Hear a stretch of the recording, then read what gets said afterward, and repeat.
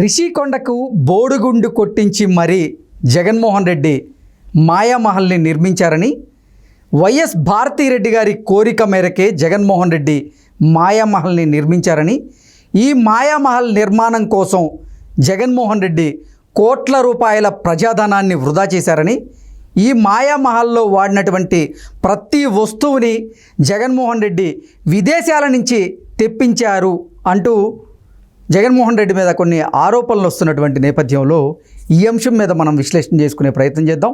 ప్రస్తుతం మనతో పాటు ఉన్నారు తెలుగుదేశం పార్టీ అధికార ప్రతినిధి సూర్యదేవర్ లత గారు. లత గారితో మాట్లాడదాం. లత గారు నమస్తే అండి. నమస్తే. లత గారు, రిషికొండకి బోడుగుండు కొట్టించి మరీ జగన్మోహన్ రెడ్డి మాయామహల్ని నిర్మించారని, అయితే వైఎస్ భారతిరెడ్డి గారి కోరిక మేరకే జగన్మోహన్ రెడ్డి ఈ మాయామహల్ని నిర్మించాల్సి వచ్చింది అని, ఈ మాయామహల్ కోసం కొన్ని వందల కోట్ల రూపాయల ప్రజాధనాన్ని జగన్మోహన్ రెడ్డి వృధా చేశారని, ఈ మాయామహల్లో వాడినటువంటి ప్రతి వస్తువు కూడా విదేశాల నుంచి దిగుమతి చేసుకుందే అంటూ జగన్మోహన్ రెడ్డి మీద, అలాగే మాయామహల్ మీద, అంటే రిషికొండ ప్యాలెస్ మీద రకరకాలుగా వార్తలు వస్తూ ఉన్నాయి, కొన్ని ఆరోపణలు కూడా వస్తూ ఉన్నాయి. దీని మీద మీ విశ్లేషణ ఏంటి? అంటే జగన్మోహన్ రెడ్డి ఆలోచన ఎట్లా చేశాడంటే, ప్రపంచంలో ఎక్కడ ఏదైతే అందుబాటులో ఉంటుందో, అంటే అందుబాటులో మీన్స్ అంటే అది అక్కడ ఏదైతే ఫేమస్, అంటే కర్టన్ ఒక చోట, కమోడ్స్ ఒక చోట, ఇది అంటే ఏ దేశంలో ఏ వస్తువు ఫేమస్ తెలుసుకొని ఆ దేశం నుంచి ఆ వస్తువుని దిగుమతి చేయించారు అంటారా? ఖచ్చితంగా అదే. అంటే దేశంలో ఏదైతే ప్రత్యేకత ఉంటుందో అలాంటివన్నీ కూడా, అంటే కార్పెట్స్ కానివ్వండి, ప్రతిదీ కూడా ఏ దేశంలో ఏదైనా, అంటే ఇప్పుడు నార్వేగా తీసుకోవచ్చు, ఇటలీ, జర్మనీ, జపాన్, ఇట్లా ప్రతి దేశంలో ఏదైతే అక్కడ దొరుకుతాయో అనే వాటిని అన్ని, అంటే అట్లాంటివన్నీ సెర్చ్ చేసి తెప్పించుకోవటం చేశాడు. అసలు ఏంటి ఈ మాయామహల్గా పిలువబడుతున్నటువంటి ఈ రిషికొండ ప్యాలెస్లో వాడేటువంటి ప్రతి వస్తువు, అంటే బెడ్లు అయితేనేమి, ఫర్నిచర్ అయితేనేమి, అక్కడ వాడుతున్నటువంటి లైట్స్ అయితేనేమి, అలాగే మార్బుల్ అయితేనేమి, ఇతరత్ర వస్తువులన్నీ కూడా జగన్మోహన్ రెడ్డి విదేశాల నుంచే అంటే దిగుమతి చేసుకున్నారని, అక్కడ వాడేటువంటి మొక్కలతో సహా విదేశాల నుంచి వచ్చినాయే, వాటి కోసం కొన్ని కోట్ల రూపాయలు వెచ్చించారంటూ కూడా వార్తలు వస్తూ ఉన్నాయి. ఖచ్చితంగా మొక్కల కోసమే 20 కోట్ల రూపాయలు ఖర్చు పెట్టడం జరిగింది. ఒక మొక్కల కోసం విదేశాల నుంచి తెప్పించి పెట్టారు. ఎందుకు మొక్కలు ఇండియాలో దొరకవా? అదే కదా జగన్మోహన్ రెడ్డికి, ఇండియాలో పనికి రాలేదు. సో విదేశాల నుంచి 20 కోట్లు, అంటే నాది కానిది ఎక్కడికైనా పర్లేదు కదా, ఆయన కాదు కదా సొమ్ము. ఆయన సొమ్ము అయితే ఆయన ఏమైనా ఆలోచించేవాడు, ఆయనది కాదు సొమ్ము, ప్రజల సొమ్ము, ఏమైనా చేయొచ్చు. సో అందుకని 20 కోట్లు ఖర్చు పెట్టాడు ఓన్లీ మొక్కలకి. ఇంకా లైట్లకి ఒక్క లైటు 60,000 రూపాయలు. సో 4,000 లైట్లు ఫిట్ చేశాడంటే ఇంకా ఏ రకంగా ఖర్చు అయి ఉంటుంది ఆ బిల్డింగ్కి. అంటే ఈ మాయామహల్ మొత్తం మీద విద్యుత్ దీపాలు 4,000 విద్యుత్ దీపాలు వాడారంటారా? ఖచ్చితంగా 4,000 విద్యుత్ దీపాలు వాడి ఒక్క లైట్కి వచ్చి 60,000 రూపాయలు. అంటే ఇప్పుడు వీళ్ళ ఆ 4,000కి ఎంత, ఒక సామాన్యుడికి ఇల్లు కట్టుకోవటానికి ఎంత కష్టపడాల్సి వస్తుంటే, నువ్వు ప్రజల ధనంతో తీసుకెళ్ళి నువ్వు ఇల్లు కట్టుకుంటా. ఇప్పుడు 2 లైట్ల విలువ 1.5 లక్ష, ఒక విలేజ్లో ఒక ఇల్లు వచ్చేస్తుంది. చిన్న ఈ విలేజ్ గవర్నమెంట్ కట్టివచ్చు. సో అలాంటిది నువ్వు ఈరోజు ఎంత దారుణంగా ప్రజల సొమ్ముతో.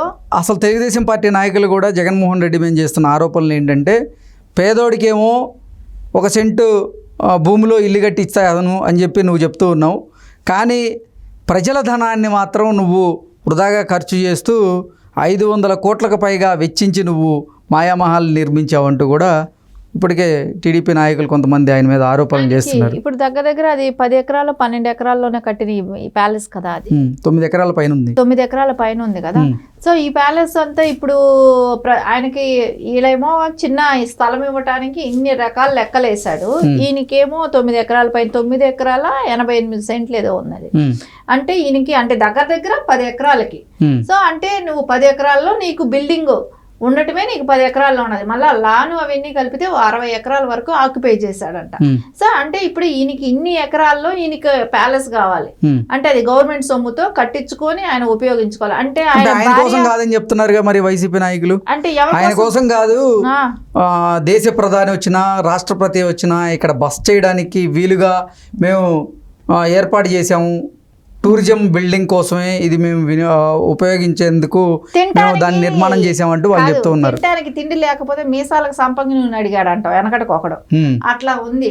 సెక్రటరేట్ తాకట్టు పెట్టేది ఒక పక్క, వీళ్ళకేమో ఉండటానికేమో ఇంత లగ్జరీ బిల్డింగా అంటే అసలు అట్లాంటిది రాష్ట్రపతి వచ్చినప్పుడు విడిదికే అనుకుందాం, ప్రధాని అన్నప్పుడు కూడా అనుకుందాం. ఎందుకు వెళ్ళనివ్వలేదు?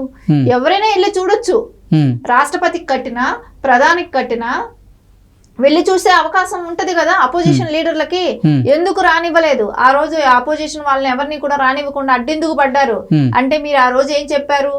జగనన్నకి అని చెప్పారు కదా, ఆయన వచ్చి అక్కడి నుంచే పరిపాలన సాగిస్తారు, సో నెక్స్ట్ 24లో గెలిచి ఆయన అక్కడి నుంచే పరిపాలన సాగిస్తారు అని చెప్పినారు కదా. చెప్పిన తర్వాత ఈ రోజు అదే నేను చెప్పేది, ఒక చేసిన తప్పుని పదే పదే కప్పిపుచ్చుకోవటానికి రకరకాల అబద్ధాలు వాడుతూ వాళ్ళే దొరికిపోతున్నారు ఇక్కడ. ఓకే, సో ఇప్పుడు అక్కడ అంటే జగన్మోహన్ రెడ్డి ఉండేందుకు మాత్రమే ఆ మాయా ప్యాలెస్ నిర్మించారని చెప్తారా? ఖచ్చితంగా జగన్మోహన్ రెడ్డి కోసమే నిర్మించిన ప్యాలెస్ అది కూడా కాకుండా 15 బెడ్రూమ్లు ఉన్నాయి. సో వాళ్ళు గెస్ట్ల కింద కానీ అది అంటే ఎవరైనా విడిది కింద ఇచ్చేయడానికి అనుకున్నా కూడా అది అవసరం పనికొచ్చేది. ఒకవేళ ఇది వరకు లాగా హరిత రిసార్ట్స్ లాగా అనుకుంటే కూడా అది పనికిరాదు. హరిత రిసార్ట్స్ పెట్టినప్పుడు హరిత రిసార్ట్స్ పేరు మీదనే, అంటే మొత్తం మనకి ఏపీలో ఎక్కడున్నా హరిత అనే పేరు మీదనే ఉన్నాయి, హరిత రిసార్ట్స్ కిందే ఉన్నాయి. సో అలాంటప్పుడు నువ్వు స్టార్ట్ చేసేటప్పుడే ఆ పేరు మీద స్టార్ట్ చేసి ఉంటారు. సో అది వచ్చినప్పుడు నష్టం లేదు, అందరూ వెళ్ళి చూసేదానికి కూడా అవకాశం ఉంటది. ఇన్ని సంవత్సరాలు కూడా పట్టదు.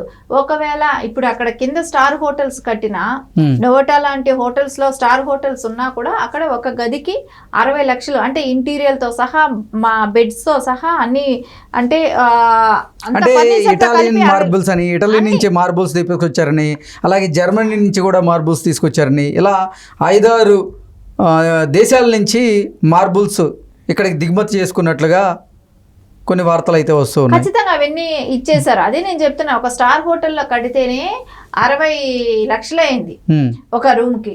కానీ వీళ్ళు ₹1,00,00,000 పెట్టనివ్వండి ఒక రూమ్ కి, అంటే 450 గదులు రావాలి.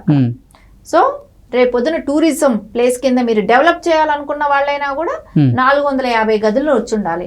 సో అక్కడ నీ సొంతానికి నువ్వు 15 గదులకి అక్కడ పరిమితం అయ్యాయి అక్కడ. అంటే నువ్వు సొంతంగా ఇల్లు కట్టుకున్నట్టు ప్లాన్ చేశాడు ఆయన. ఏమంటే భారతిరెడ్డి గారిని సంతోషపరచడానికి కోసం కట్టుకున్న ప్యాలెస్ అది. సో అది ప్రజా ధనంతో కట్టిన ప్యాలెస్. సో ఇక్కడ ఎక్కడా కూడా మళ్ళీ ఇంకోటి కూతుర్ల కోసం అటొకటి ఇటొకటి కట్టాడు. సో అది కూడా ఇప్పుడు రాష్ట్రపతి విడిది భవన్కి అయితే కూడా నీకు అట్లా డైవర్షన్స్ పెట్టడానికి వీలు లేదు, అది సెక్యూరిటీ ప్రాబ్లం. సో ఖచ్చితంగా ఒక బంగ్లా అంటే ఒక బంగ్లాగానే ఉంటది. ఇక్కడ ఏం జరిగిందంటే సెంటర్ లో ఒక బంగ్లా ఉంది, దాని పక్కన అటు ఇటు ఇంకో బంగ్లాలు ఉన్నాయి. ఆ బంగ్లాలకి ఈ బంగ్లా సెంటర్ బంగ్లా నుంచి వేవ్ ఉంది, వెళ్ళటానికి అవకాశాలు ఉన్నాయి పైనుంచి. అట్లాంటప్పుడు అది ఎలా జరుగుతుంది? అది ఆయన సొంతం కోసం వాళ్ళ కూతుర్ల కోసం కట్టుకున్నట్టే చెప్తున్నారు. సో ఇది ఎవరి ధనంతో కట్టారు? సో దీన్ని అందరికీ ఇప్పుడు దొంగ దొరికిపోయినాక నాకు తెలీదు మేము ఈ ఆలోచనతో కట్టాం ఆ ఆలోచనతో కట్టాం అని చెప్తే నమ్మే పిచ్చి ప్రజలు ఎవరూ లేరు. అట్లాంటి అనుకున్నాడంటే అంటే గుడివాడ అమర్నాథ్ గారు ప్రెస్ మీట్ పెట్టి మరి ఆ మంచి కార్యాలయాలు మేము మంచి భవనాలు విలాసవంతమైనటువంటి భవనాలను మేము నిర్మించాము, మీరు అక్కడ పరిపాలన చేయండి, లేదంటే అవి ఏదైనా హోటల్కి మీరు లీజుకి ఇవ్వండి, అంతేగాని దీన్ని ఇంత రాద్ధాంతం చేయాల్సిన అవసరం ఏముంది? జగన్మోహన్ రెడ్డిని మీరు పిచ్చి యదవ అది దాన్ని అద్దెలకి తీసుకుంటాడో చెప్పండి, ఆ యదవల్నే చెప్పమనండి. ఎవడు దాన్ని అద్దెలకి తీసుకొని ఎవడికి ఇస్తాడో చెప్పండి. హోటల్స్ కి ఇవ్వచ్చు, టూరిజం డెవలప్ చేయొచ్చు అని చెప్తున్నారు. ఎంత ఒక హోటల్ కి ఎంత కడతారు? 15 రూములు ఉండేది ఒక పెద్ద హోటల్ అవుతుందా? ఒక స్టార్ హోటల్ అవుతుందా? 7 స్టార్ అవుతుందా? సరే, ఆ రేంజ్ లో ఎవరు వచ్చి అక్కడ దిగుతారు? ఆ రేంజ్ లో అంటే ఒక రోజుకి కోట్లలో వచ్చి అద్దె చెల్లిస్తే కానీ దానికి కట్టిన ఇది రాదు. అంత 15 రూములకి ఎవరు చేస్తారు? ఏ ఎదవ కట్టాడు ఆ ఎదవని అడగాలి ఇప్పుడు ఇవన్నీ. అంతేగాని నోటుకు వచ్చినట్టు మాట్లాడటం, ఇట్లాంటి పనికి మాలిన ఎదవలందరినీ మినిస్టర్లుగా పెట్టుకోబట్టి ఈ రోజు రాష్ట్రం ఈ రకంగా దివాలా తీసిపోయింది. ఓకే అండి, థ్యాంక్ యూ సో మచ్.